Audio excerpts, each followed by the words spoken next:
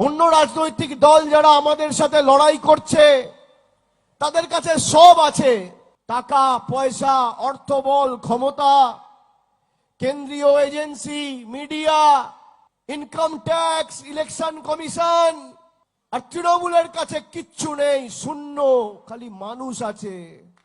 আমাদের কাছে মানুষ আছে বলে 16 কলা পূর্ণ, আর তাদের কাছে সব আছে কিন্তু মানুষ নেই বলে লবডঙ্কা ভোকাট্টা।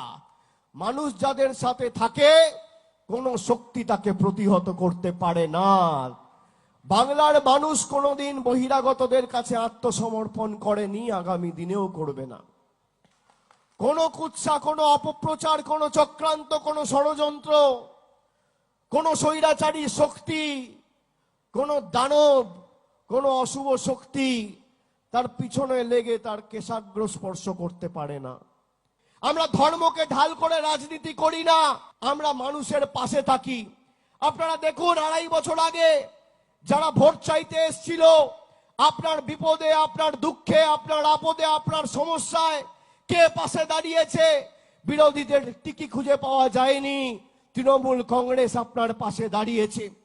তাই আমি বারবার বলি, আপনার সুখে আনন্দে আপনি তৃণমূলকে পাবেন না, কিন্তু আপনার দুঃখে আর বিপদে তৃণমূল ছিল, আছে আর থাকবে।